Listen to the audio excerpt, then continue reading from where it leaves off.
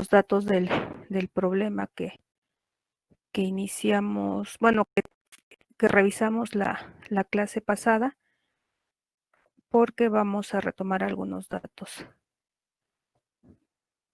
para esta clase. ¿Me escuchan correctamente? ¿Me pueden mandar? Sí, profesora. Sí, se escucha. Gracias. En unos momentos Sí. se va a presentar las diapositivas. Ok. Entonces, la clase pasada, para finalizar la clase, comentamos, y ahora voy a retomar lo siguiente. Quedamos entonces en que cada punto que me forma la circunferencia representa un esfuerzo normal y un esfuerzo cortante que está actuando en algún plano del elemento. Ajá. Aquí destacamos, para nuestro problema, destacamos los dos puntos que nos dan. El punto 75,30 sería el par de esfuerzos, o más bien dicho, el esfuerzo normal y el esfuerzo cortante que están actuando en el plano horizontal, y el esfuerzo normal de 50 con el esfuerzo cortante menos 30 está actuando en un plano vertical. Y para el ejercicio que hicimos nos pedían encontrar el esfuerzo normal y el esfuerzo cortante que actúa en un plano teta igual a 140, y en este caso aquí estoy destacando con un punto azul precisamente los valores que nos dieron como resultado para el esfuerzo normal de 24.21 y para el esfuerzo cortante de menos 7.10, ¿ok? Todos los puntos restantes que me formarían la línea azul de la circunferencia, pues serían los esfuerzos normal y cortante que están actuando en cualquier otros planos que, bueno, que por el momento no nos interesan, no pusimos atención porque no lo necesitábamos para nuestro problema. Destacábamos también entonces que los dos extremos del círculo, de la circunferencia, corresponden al esfuerzo principal menor y al esfuerzo principal mayor, que si no mal recuerdo era de 30, aquí podemos ver la escala 20, 30, 40, entonces el esfuerzo menor es 30 y el esfuerzo mayor, aquí tenemos 80, 90, exactamente 95 kilonewtons por metro cuadrado, y también destacábamos la ordenada al centro, la ordenada o las coordenadas del centro, que en este caso corresponden a un esfuerzo normal de por ahí de 62.5 y el esfuerzo cortante de 0, porque pues obviamente se localiza en el eje horizontal. Y el esfuerzo cortante máximo, que corresponde a la abscisa de 62.5 y el punto máximo de algo de 27.5, algo por el estilo. ¿Ok?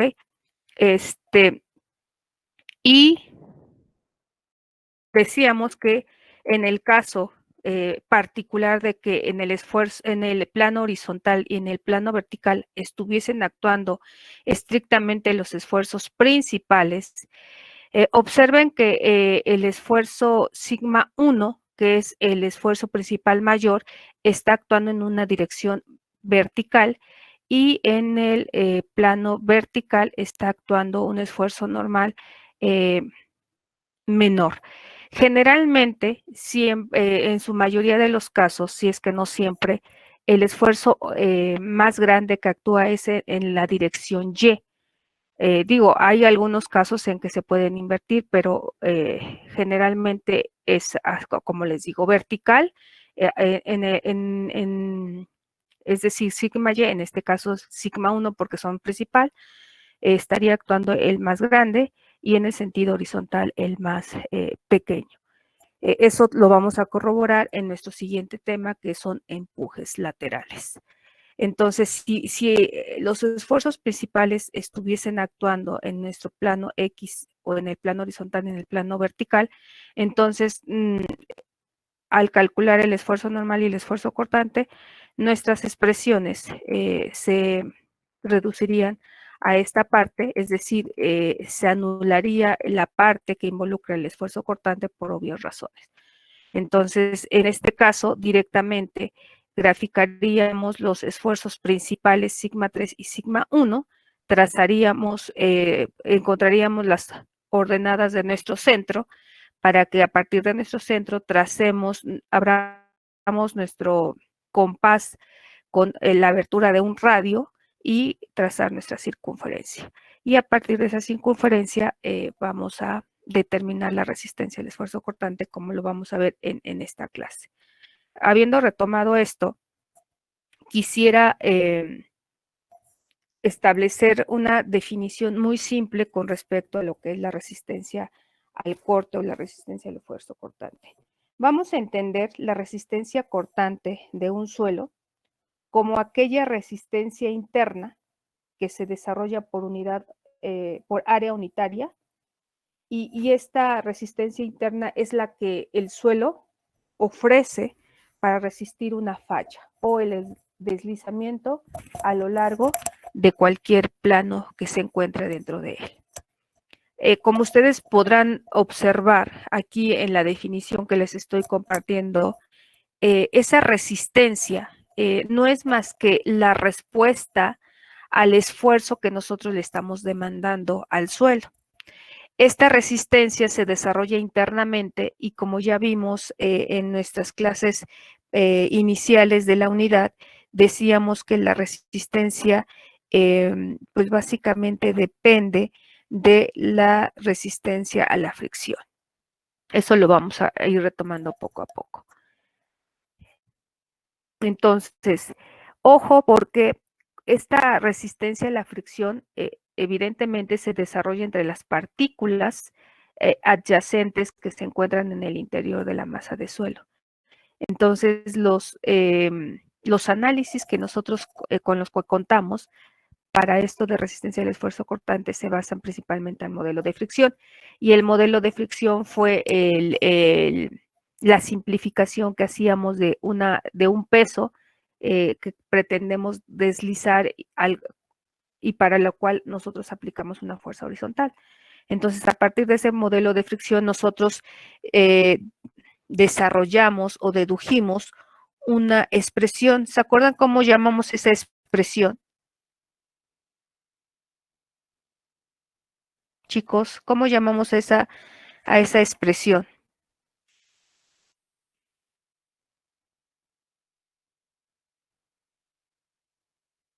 Esa expresión la dedujimos a partir de nuestro modelo y decíamos que de acuerdo a la física elemental, la fuerza era directamente proporcional, la fuerza F era directamente proporcional a la fuerza N, y de ahí hacíamos unos despejitos, unos despejes, y llegábamos a una ecuación. ¿Cómo llamamos a esa ecuación? ¿Y cuál es esa ecuación? Los escucho.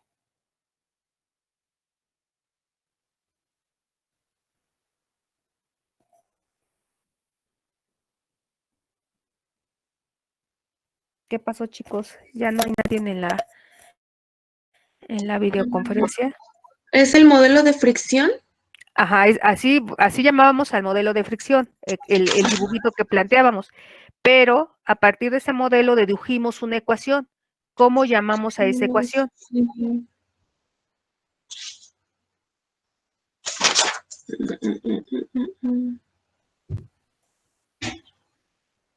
Chicos, es importante que vayan revisando sus notas. ¿Esfuerzo cortante? Bueno, tiene que ver con el esfuerzo cortante, pero ¿cómo llamamos a la ecuación? ¿Y cuál era esa ¿Resistencia para un ecuación? suelo friccionante? Ley de resistencia para suelos puramente friccionantes. Así llamamos a esa ecuación. ¿Y quién me puede decir cómo es esa ecuación? O dígame la ecuación. Mm,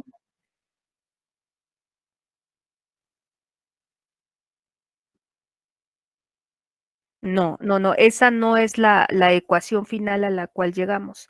Esa es una de los, ahora sí que de los antecesores de los despejos que fuimos realizando. Pero ¿cuál es en sí, cuál es la ley de resistencia para suelos puramente friccionantes? Lo que me acaba de decir su compañero no es la ley de resistencia, o sea, proviene, o sea, vamos haciendo los despejes, pero digamos que esa es una como que la ecuación intermedia o una de las ecuaciones intermedias para llegar a la ley de resistencia para los suelos puramente friccionantes. Bueno, yo tengo que es esfuerzo por tangente del ángulo. Bueno, a ver. Les voy a invitar, chicos, primero a que revisen sus notas de las clases pasadas y obviamente que no olviden las actividades que vienen realizando porque pues al final de cuentas es complementario. Segundo, que si no se saben el alfabeto griego, lo revisen para que puedan llamar correctamente a las variables que estamos utilizando. La ley de resistencia para suelos puramente friccionantes a la cual llegamos, que fue deducido a partir del modelo de fricción que aplicamos al suelo, estaba dado como S igual al esfuerzo normal por la tangente de phi.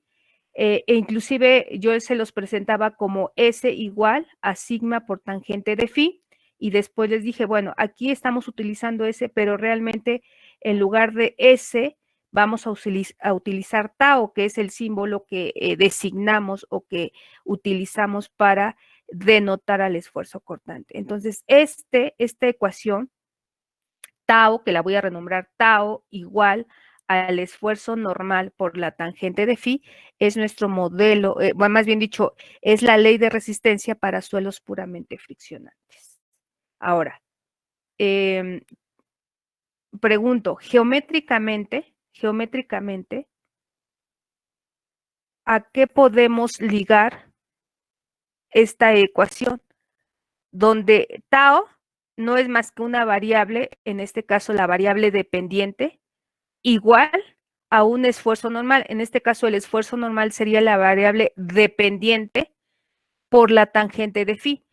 Tangente de phi, cualquier valor que nosotros asignáramos para phi, la tangente de phi nos va a dar un valor constante. Entonces, básicamente, el término tangente de phi es una constante. Entonces, fíjense, tengo variable dependiente va a ser igual a una variable dependiente por un valor constante. ¿Qué forma, desde el punto de vista geométrica, tiene esta ecuación que estamos describiendo?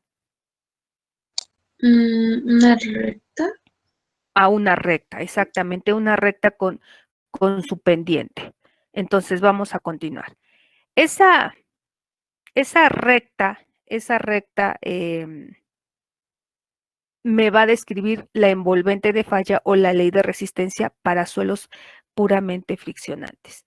Entonces, las teorías de falla que tenemos para estudiar la resistencia al esfuerzo cortante, la primera es la que estableció Coulomb.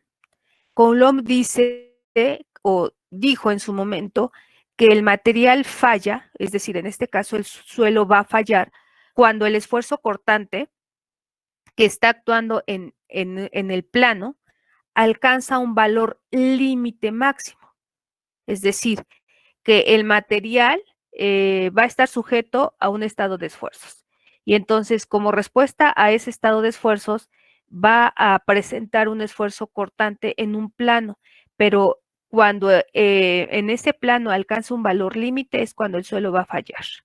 Entonces, pero además dice, este esfuerzo cortante límite que estamos marcando va a depender del esfuerzo normal que está actuando en el plano de falla y corresponde a una variación lineal. Esa variación lineal es la que establecimos anteriormente, tau igual al esfuerzo normal por la tangente de phi, que era lo que les preguntaba, que geométricamente correspondía a una línea recta. A esa se refiere con variación lineal. Por otro lado, Moore, más tarde, Moore, él dice que la falla por deslizamiento va a ocurrir a lo largo de una superficie cualquiera o una superficie particular en que la relación que se establece entre la solicitación tangencial, es decir, el esfuerzo cortante, a la normal, va a alcanzar un cierto valor y que dicho valor va a depender físicamente de cómo estén acomodadas las partículas y de la forma de estas mismas partículas y por supuesto del coeficiente de fricción que se desarrolle entre estas partículas. Entonces vean cómo Moore ya va identificando cuáles son físicamente lo que influye precisamente en estas fuerzas de fricción. Entonces él los atribuye a cómo están acomodadas y cómo es la forma de las partículas del suelo y por supuesto las fuerzas de fricción que se desarrollan entre el contacto de estas partículas y los llama coeficiente de fricción. En la actualidad, aunque estas teorías ya tienen muchísimos años, se utiliza una combinación de estas dos aseveraciones que en su momento hizo Coulomb y Moore y se determina el criterio de falla como criterio de Moore-Coulomb, que corresponden estrictamente a fallas curvas, pero para una simplificación de lo que estamos estudiando, vamos a considerar que la falla se produce por una solicitación de corte y vamos a aceptar que depende del esfuerzo normal actuante en el plano de falla. Entonces, fíjense, retomando esta expresión, estamos diciendo que el esfuerzo cortante va a depender del esfuerzo normal por la tangente de phi. Entonces, y que corresponde a un suelo puramente friccionante. Pero fíjense que esta ecuación nos estaría diciendo que para un esfuerzo normal de 0, independientemente del ángulo de fricción que tengas, ¿cuánto valdría la resistencia al esfuerzo cortante? Si tu esfuerzo normal vale 0, ¿cuánto valdría el valor del esfuerzo cortante? Tau o S, en este caso, como lo estoy mostrando aquí, para el valor de S, ¿cuál sería para un esfuerzo normal igual a 0? Chicos, ¿cuánto valdría el valor de S si le asignas el valor a sigma de 0? 0. 0. Entonces, fíjense, considerando esta ecuación, estaríamos diciendo que un suelo que está sujeto a un esfuerzo normal de 0, su resistencia al esfuerzo cortante vale 0. Y esto sería cierto simplemente o solamente para los suelos que son puramente friccionantes. ¿Cuáles son los suelos puramente friccionantes? Pues las arenas y las gravas. Pero en la naturaleza sucede que hay algunos suelos que presentan una resistencia al esfuerzo cortante, inclusive cuando el esfuerzo normal es 0. Y esos suelos, ese tipo de suelos son los suelos cohesivos. Entonces, quiere decir que aunque el esfuerzo cortante sea 0, vamos a tener una resistencia al corte. Y esa resistencia al corte va a depender de la cohesión que presenten sus partículas. Y la cohesión solamente la presentan las arcillas. Entonces, quiere decir que la resistencia para los suelos al corte, para las arcillas, difiere de la relación de resistencia que de los suelos friccionantes. A lo que voy es a lo siguiente. Pongan atención en esta parte, bueno, esta parte ya la vimos. Pongan atención en esta parte. Estamos diciendo, retomando un sistema coordenado donde en el eje X consideramos el esfuerzo normal y en el eje Y el esfuerzo cortante, vamos a dibujar nuestra línea recta que mencionábamos, definida por la ecuación tau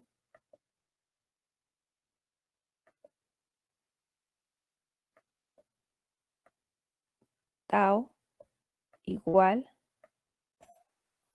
a sigma por tangente de phi. Su compañera nos decía que esta ecuación no es más que una línea recta. Esa línea recta tiene las siguientes características. Obviamente, el esfuerzo cortante que estoy marcando en esta parte, sería reflejado aquí en el eje Y. Y sigma en el eje X. Y la tangente sería la pendiente, ¿ok? Entonces la ecuación Y igual a mx. Entonces, una ecuación Y igual a mx, pues es una ecuación con una pendiente m y que sale a partir del origen, es decir, algo parecido a esto. Entonces, esta línea roja lo que me está describiendo es la relación o la resistencia para un suelo friccionante. ¿Ok? Pero decíamos que para un suelo cohesivo, esta ley ya no se cumple, porque los suelos cohesivos presentan una cierta resistencia al esfuerzo cortante, inclusive cuando el esfuerzo normal vale 0. Entonces, esa resistencia al esfuerzo cortante va a tomar un valor en este sentido, ¿sale? Aunque el esfuerzo normal fuese 0, siempre va a tener esa misma resistencia. Por lo tanto, para un suelo cohesivo, la ley de resistencia sería esta línea horizontal, donde el tau va a ser igual a esa cohesión. Es decir, en este caso, no va a depender de un esfuerzo normal, sino que el suelo cohesivo siempre va a tener una resistencia al esfuerzo cortante que va a depender de la cohesión.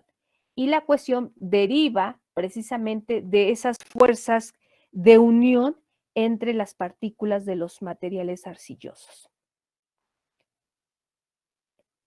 Pero en la naturaleza también tenemos una mezcla de materiales, una mezcla de arcillas con arenas, por ejemplo. Entonces, para ese caso, el suelo, su resistencia la aporta, pues tanto la parte de fricción como la parte de la cohesión. Y entonces nuestra ley de resistencia para suelos que presentan ambas características, como es la fricción y la cohesión, entonces la ley de resistencia sería esta nueva línea, que sigue siendo una línea recta, pero ahora presenta una cohesión que no es más que la ordenada al origen y una pendiente que está relacionada precisamente con el ángulo de fricción del suelo. Entonces vean cómo tenemos tres envolventes que le vamos a llamar envolventes de falla, que no son más que la ley de resistencia para cada tipo de suelo. Para suelos friccionantes, que no es más que una línea recta con ordenada al origen, una línea horizontal y una línea cuyo valor de C y la pendiente me indican el valor del ángulo de fricción y la cohesión que presenta ese suelo. ¿Queda claro esta parte, chicos?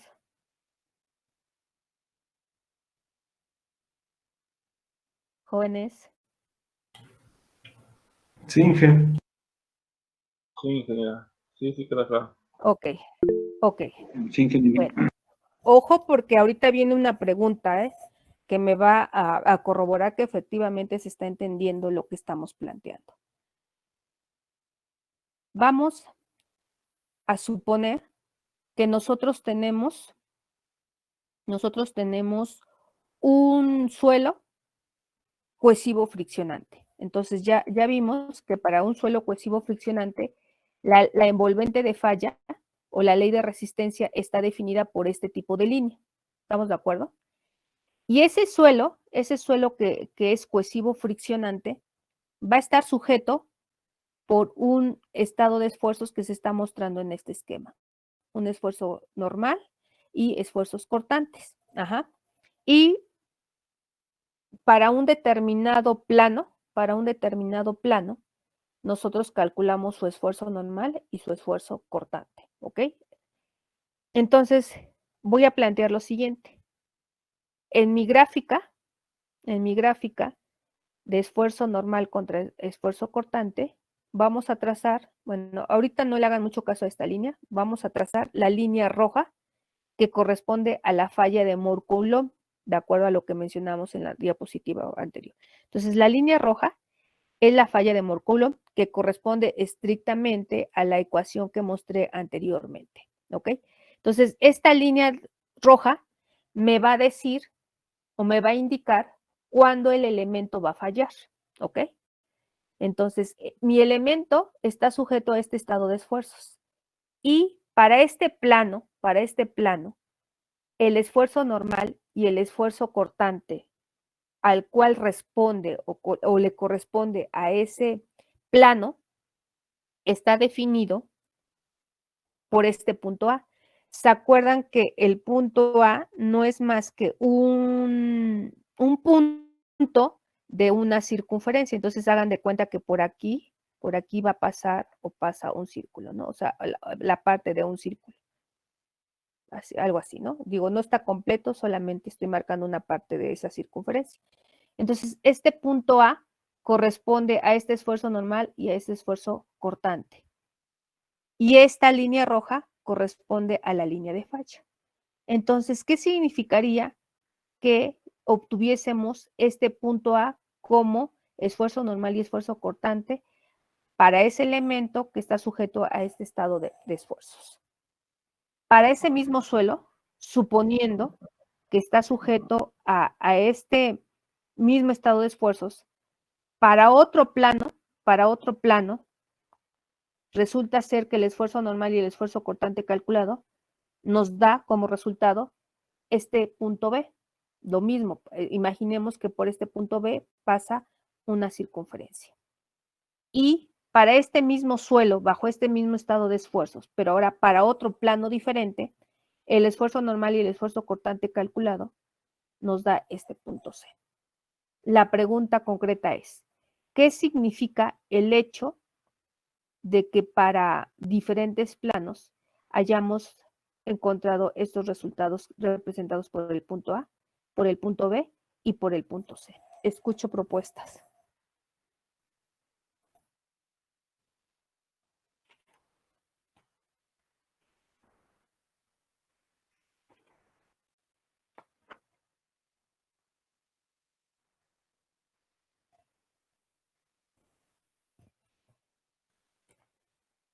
Jóvenes, escucho propuestas. ¿Puede repetir la pregunta, Inge? ¿Qué significa que para cada plano diferente hayamos calculado o hayamos obtenido como resultado el esfuerzo normal y el esfuerzo cortante representado por el punto A, por el punto B y por el punto C?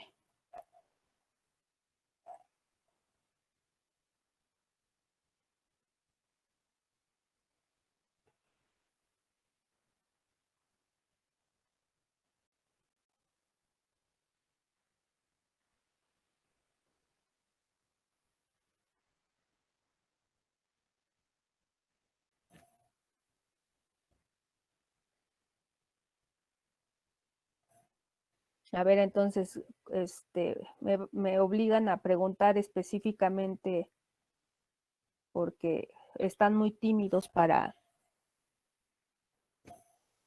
responder. Entonces vamos a mencionar algunos nombres para participación.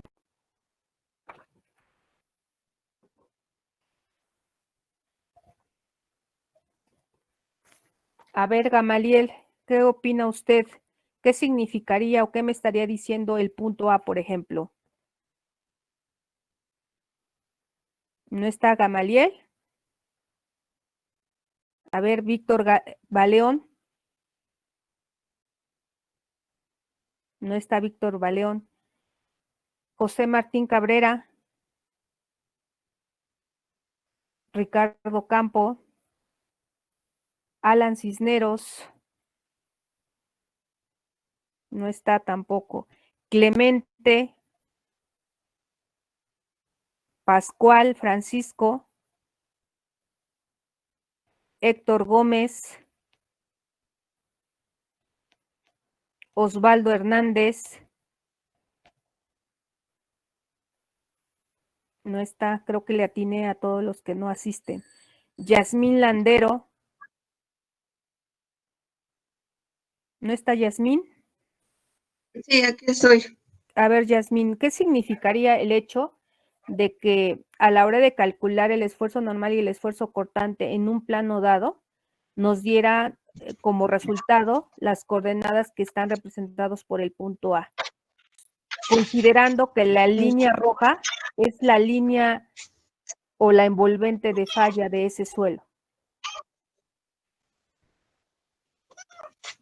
Que estamos sobrepasando en el punto A, todavía no llega a su, o la carga que se le está poniendo no afecta tanto al suelo. En pocas Pues que palabras, ¿va a fallar o no va a fallar? en el punto A, no. Ajá. Ok, En el punto B está en un límite y en el punto C ya habrá fallado. ok. Gracias, Yasmina. Ahorita retroalimento tu respuesta. Roberto Marañón. No está. Víctor Martínez. No está. Manuel Reyes. Tampoco está. ¿Está Manuel? No. Valeria Álvarez. Tampoco. Eduardo García. Tampoco. Aquí, Eduardo García. ¿Qué pasó, Eduardo? ¿Qué nos puedes comentar? No sé, ingeniera, la verdad, no sé, no lo entiendo. No le entiendes. Y pregunto y no dices que no entiendes. Juan Mani. José Rodríguez. Juan Ani, Mani. profesora. Juan Mani, a La ver, verdad, dígame. no tengo idea cómo interpretar ese punto, profesora.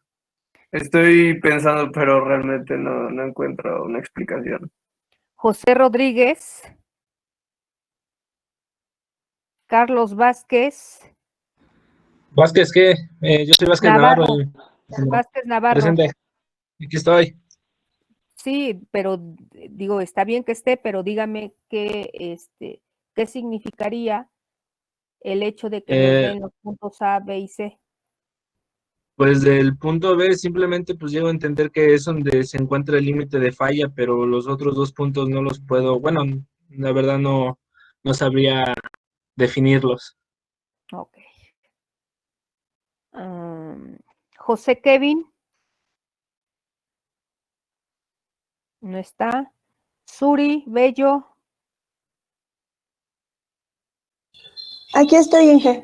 ¿Qué pasó, Suri? ¿Usted qué opina?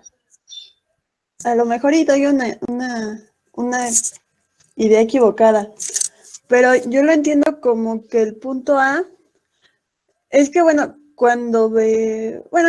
el punto A yo lo entiendo que falla por el esfuerzo normal, porque ve que tiene, nuestro cortante está formado por varias fuerzas, por los normales y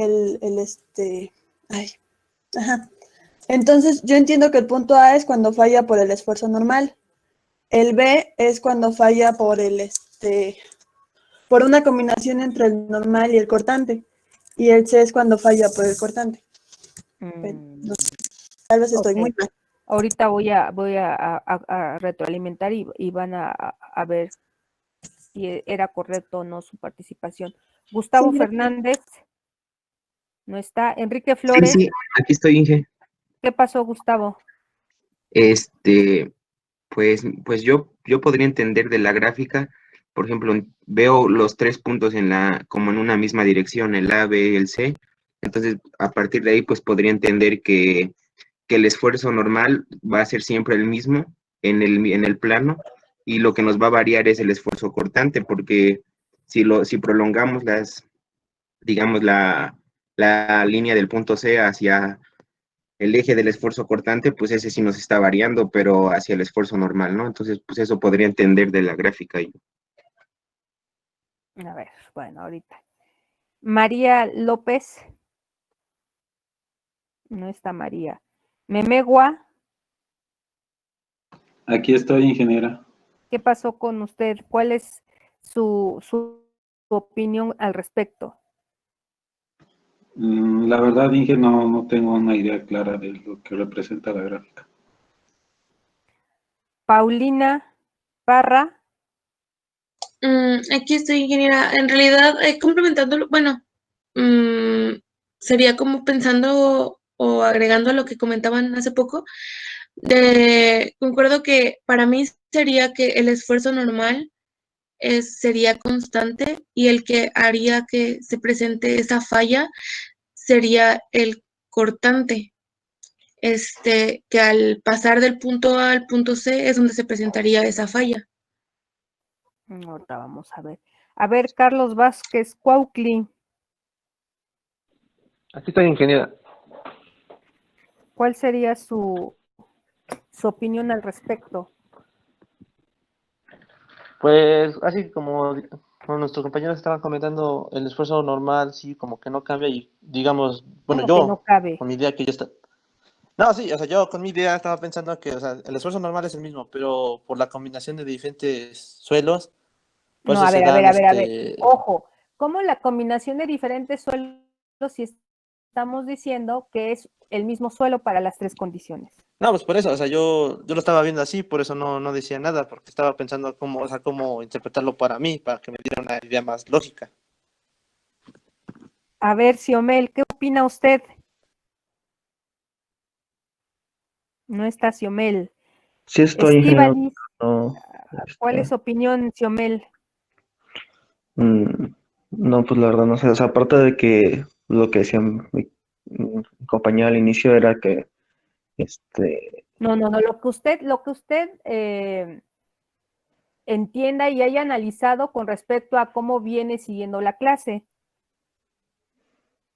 Si usted no estudia, pues obviamente no tiene ideas claras. Si usted estudia, tiene ideas claras y puede dar su opinión, pero no lo que diga la compañera, porque pues igual y la compañera no es correcto y usted ya está repitiendo lo que usted, por eso le estoy preguntando puntualmente a cada uno.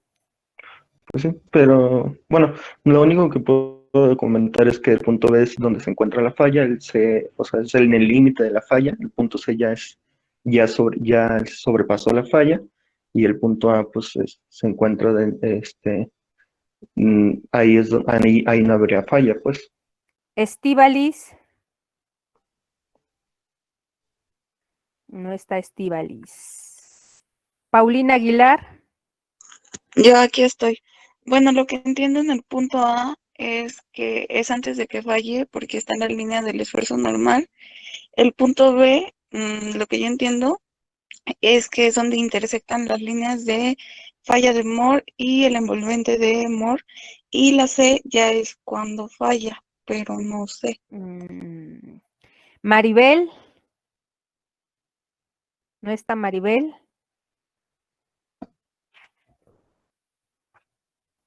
A ver, Sara, ¿usted qué opina? ¿No está Sara? ¿Me escucha? Sí, ¿Me te escucha? escucho. Sí, te escucho. Inge. Sí, te escucho. Bueno, de hecho, cuando nos dijo que leyéramos sobre el esfuerzo cortante, bueno, en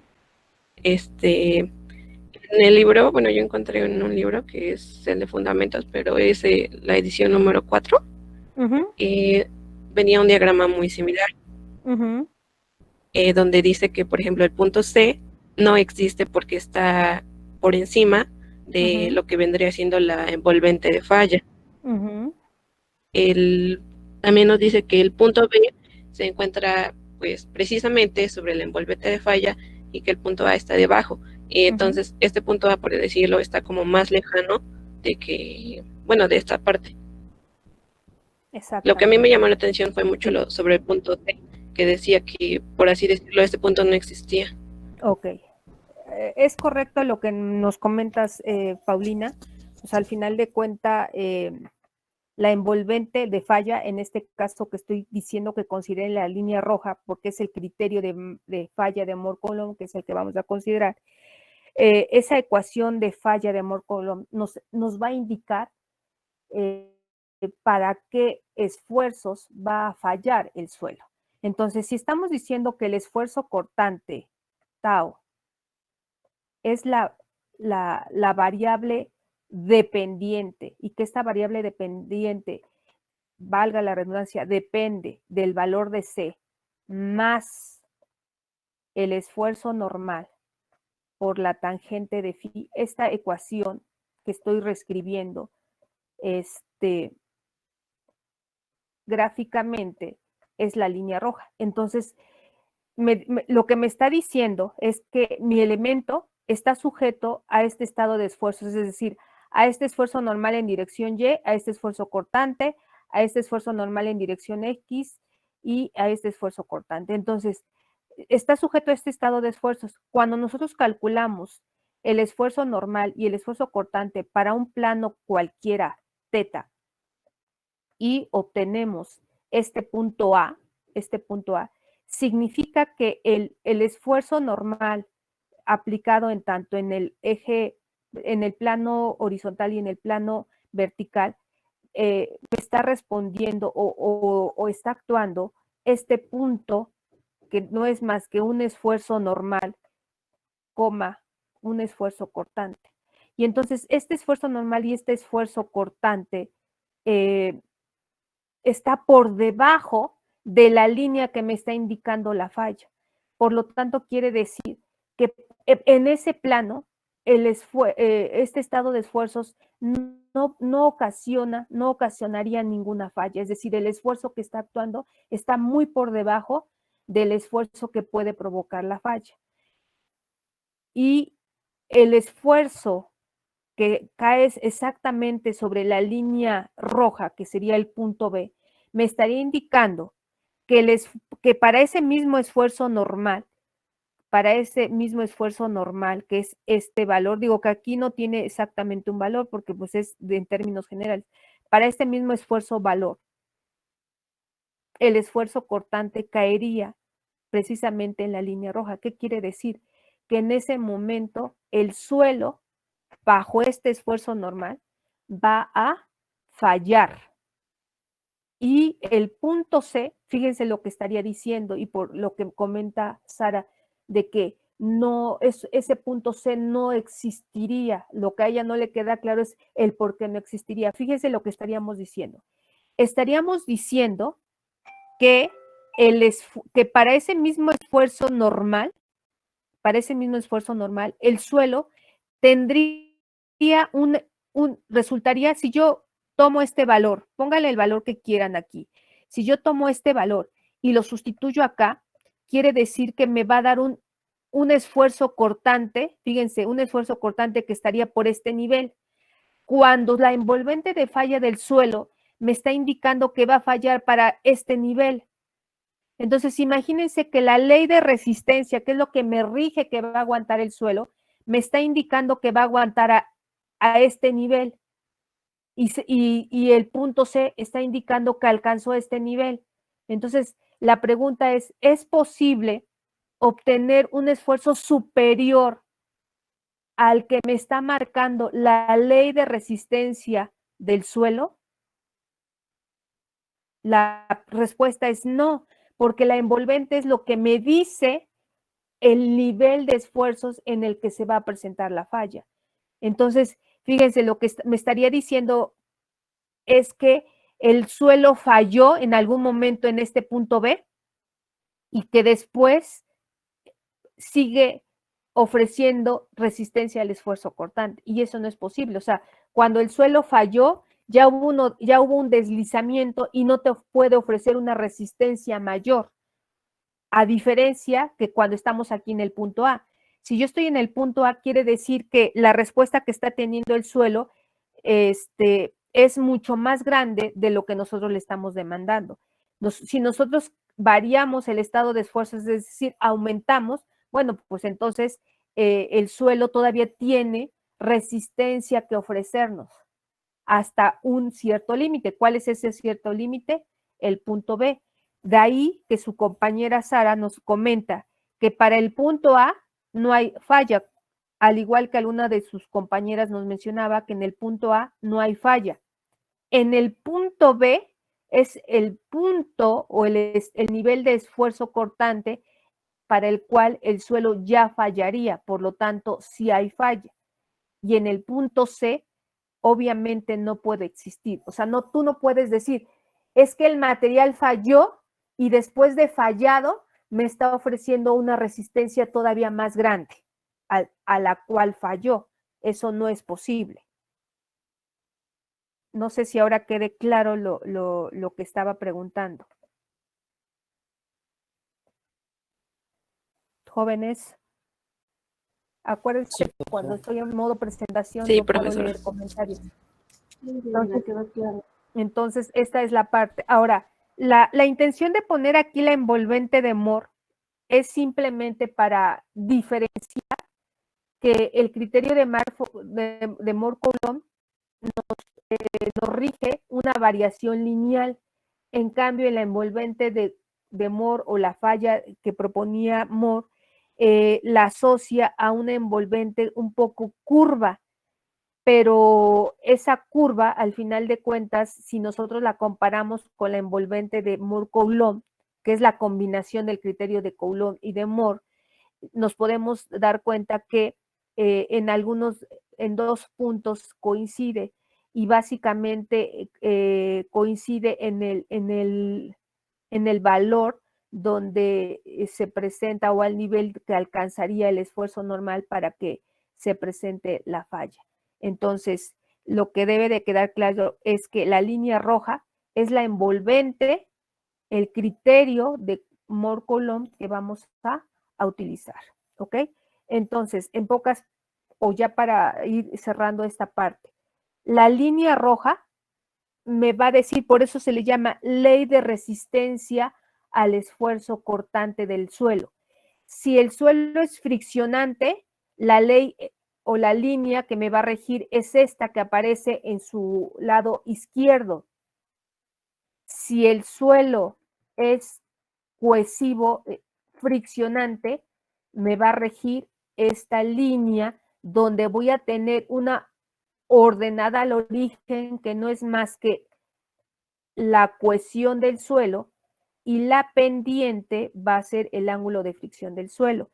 Pero si yo tuviese un suelo cohesivo, la ley de resistencia va a ser una línea horizontal que no es más que una línea constante y esa constante es la ordenada al origen que está definida por la cohesión del suelo cohesivo, valga la redundancia. ¿Ok? Entonces, ¿qué es lo que yo necesito saber? ¿Qué es lo que yo necesito saber precisamente para indicar en qué momento el suelo va a fallar? Ya dijimos que esa falla que se va a presentar, pues obviamente tiene que ver con la resistencia que va a ofrecer el suelo. ¿Y cuál es esa resistencia que va a ofrecer el suelo o de qué va a depender? Pues básicamente de lo que ya hemos mencionado, del ángulo de fricción del suelo, porque es lo que me da la fricción entre las partículas del suelo y la cohesión del suelo. La cohesión no es más que la adhesión que se presenta entre el contacto de las partículas. Entonces, de ahí el interés de saber en laboratorio cómo llegar a determinar esa cohesión y ese ángulo de fricción que los suelos presentan. Como conclusión, entonces, vamos a aceptar que la falla del material se va a dar por una combinación crítica de los esfuerzos normales y cortantes. ¿Qué quiere decir eso? Que yo puedo tener un esfuerzo normal y un esfuerzo cortante actuando y que puede que falle en ese momento el material. No necesariamente va a fallar cuando yo le aplique un esfuerzo normal máximo o cuando le aplique yo un esfuerzo cortante máximo. Eso no es cierto. La falla no se debe a un esfuerzo máximo normal o máximo cortante, sino más bien por una combinación de un esfuerzo normal y un esfuerzo cortante. Cuando se combinan esos dos esfuerzos y llega a una combinación crítica, es lo que hace que el suelo falle. Y vuelvo a repetir, la función lineal propuesta por Coulomb se le dio el nombre de Moore-Coulomb está definida por esta ecuación que ya la había presentado, simplemente aquí le estoy poniendo el subíndice F, que correspondería tau a la falla, es igual a la ecuación por el esfuerzo normal por la tangente de phi, donde C y phi son conocidos como parámetros de resistencia al esfuerzo cortante.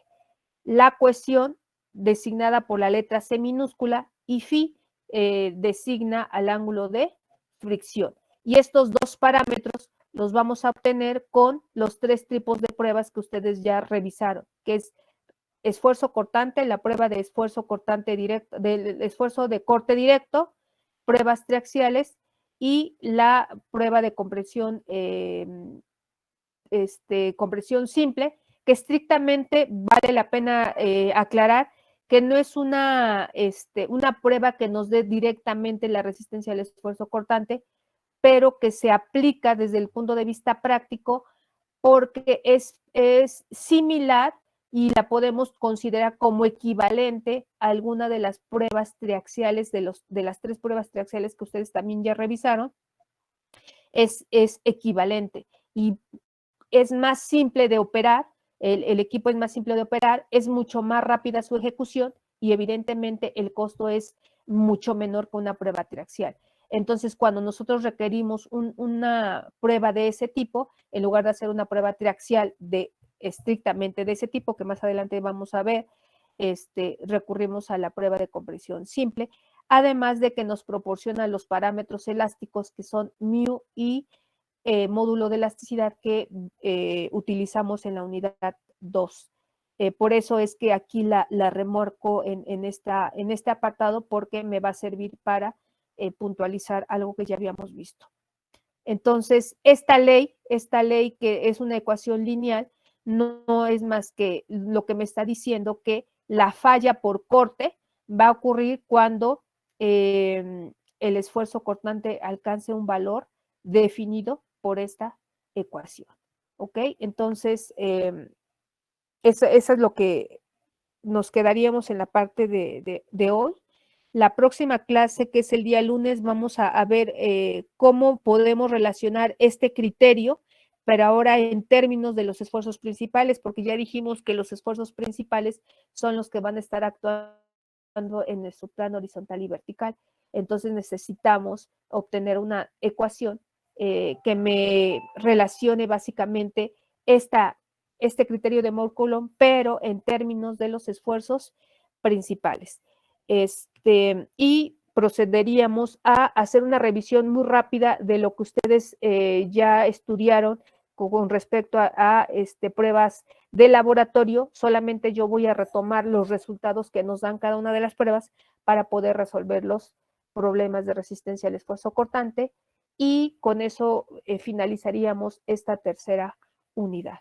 Entonces, pues la tarea pendiente de todos los días es precisamente revisar el cómo vamos avanzando en las clases virtuales y las actividades que ustedes van desarrollando, irlas pues corrigiendo para que ustedes tengan oportunidad de revisar los errores que en su momento pudieron haber tenido.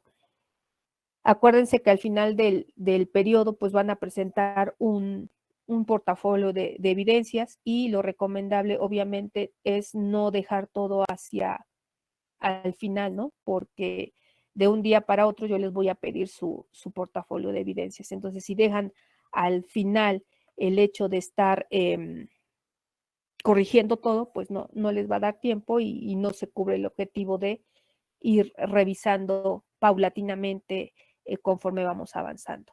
Solamente queda pendiente regresarles sus tareas, que la actividad 11 y la actividad 12, que fue la que realizaron el día de ayer.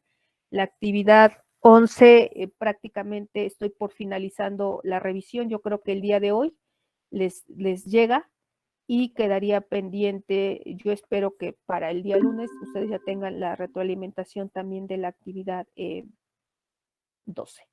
¿Ok? Van a continuar trabajando en las pruebas triaxiales. Si no hubiese alguna pregunta o comentario, nos vemos.